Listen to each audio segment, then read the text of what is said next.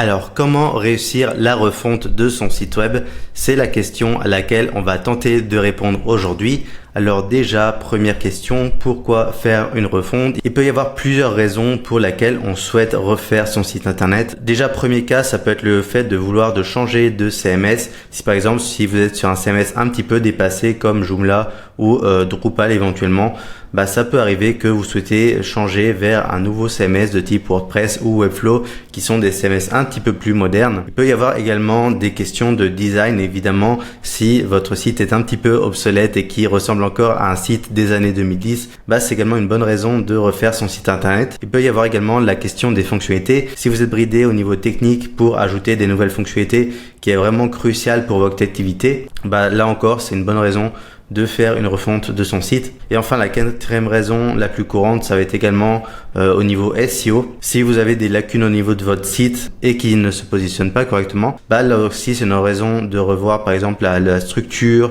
toute la stratégie également. Donc voici pour les raisons de faire une refonte de site. Alors la première étape pour faire une refonte de site internet, déjà ça va être de faire un audit du site existant. On va zoomer un petit peu. Alors l'audit, c'est important de le faire parce que sans audit en fait, vous risquez en fait de vous perdre dans les objectifs de la refonte de site internet. Déjà, il faut faire un état des lieux de toutes les technologies que vous avez utilisées pour votre site. Donc ça peut évidemment être votre CMS, mais si ça a été un site qui a été développé sur mesure, là aussi il faut voir un petit peu tout l'historique du code, qui c'est qui a développé le site, en quel langage. Et c'est hyper important également d'avoir une trace de toutes les modifications qui ont été faites sur le site. Tout ça, ça va aider le freelance ou l'agence qui va s'occuper de la refonte d'avoir le contexte et de savoir quelles contraintes il a pour créer le nouveau site internet. Il faut également lister tous les types de contenus que vous avez sur votre site internet évidemment, et aussi les contenus que vous allez ajouter sur votre nouveau site. Et également l'autre point important, ça va être le nombre de pages de votre site, car évidemment ça va impacter la partie suivante qui va être le prix. Alors avant de parler du budget, il faut également faire une étude des concurrents.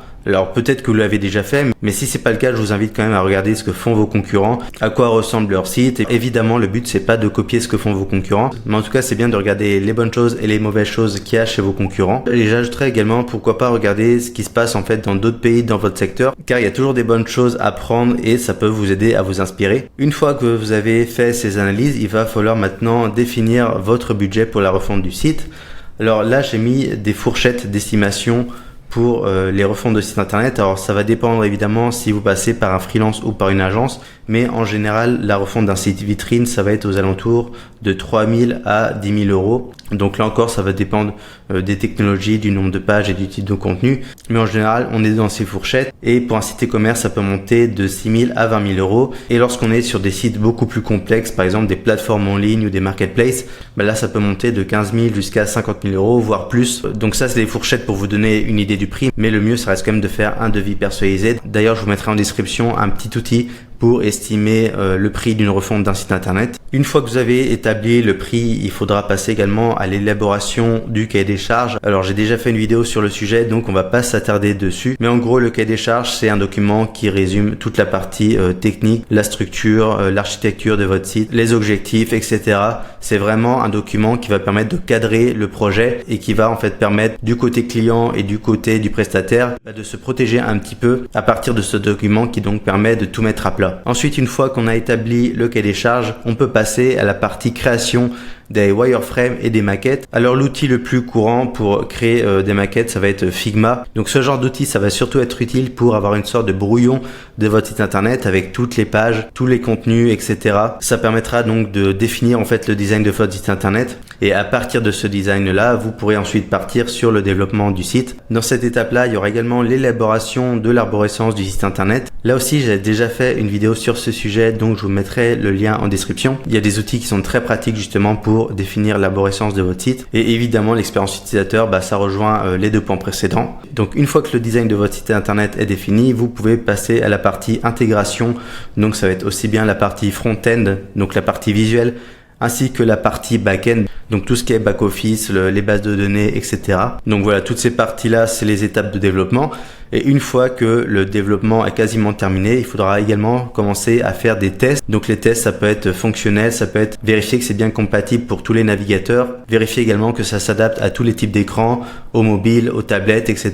Donc ça, c'est une étape cruciale, mais qui est malheureusement souvent oubliée. Une fois que tout est OK, que vous avez effectué tous les tests, là, vous pouvez passer à la mise en ligne de votre site internet. Donc cette étape, souvent, ça prend un peu de temps parce qu'en fait, il faut migrer tous les contenus de votre ancien site vers le nouveau. Donc selon la taille de votre site, ça peut mettre plus ou moins de temps. Lorsque vous migrez vos contenus, là, je l'ai pas indiqué, mais il faut également faire un plan de redirection. Ça, c'est hyper important pour le SEO. Si les URL de vos différentes pages ont changé, c'est important en fait de rediriger les anciennes pages vers les nouvelles. Donc pour ça, il y a quelques outils SEO comme Screaming Frog qui permet en fait de crawler votre site internet, donc il va analyser toutes les pages. Donc toutes ces pages là, il faudra bien les lister et de l'autre côté, il faudra bien les pointer vers les nouvelles pages. Donc ça, c'est une partie un petit peu technique et c'est pour ça que c'est important de vous faire accompagner par un expert dans ce domaine. Donc une fois que tout est OK, vous pouvez mettre en production et évidemment, il faudra surveiller s'il n'y a pas de bug, si tout se passe bien. Donc une fois que votre site est en ligne, il faudra également faire un suivi en continu, faire attention aux mises à jour, peut-être qu'il y a des fonctionnalités encore manquantes. Donc voilà, moi je conseille toujours de garder un mois en fait, une fois que le site est mis en ligne, de suivre en fait régulièrement avec le prestataire si justement il n'y a pas des corrections à faire sur le site internet. Et enfin, pour terminer, j'ai listé quelques petites erreurs qui arrivent de temps en temps lors d'une refonte de site internet. Déjà, la première erreur qui est malheureusement trop souvent faite, c'est de supprimer l'ancien site, notamment tout ce qui est base de données. S'il y a quelque chose qui se passe mal, c'est bien d'avoir une sauvegarde de son ancien site pour justement pouvoir récupérer les anciennes données. Pareil, si vous avez oublié de migrer des contenus, c'est bien également de les avoir quelque part. Donc toujours garder une version de son ancien site sur un serveur. Une autre erreur, comme je l'ai dit tout à l'heure, ne pas avoir de plan de redirection. Donc par exemple, si vous changez de marque ou par exemple si vous avez décidé de changer du .fr vers le .com, là aussi c'est également important de bien rediriger les anciennes URL vers les nouvelles. Donc soyez très vigilants là-dessus. Et enfin, la toute dernière erreur que j'ai pas forcément mis ici, c'est de choisir le bon prestataire.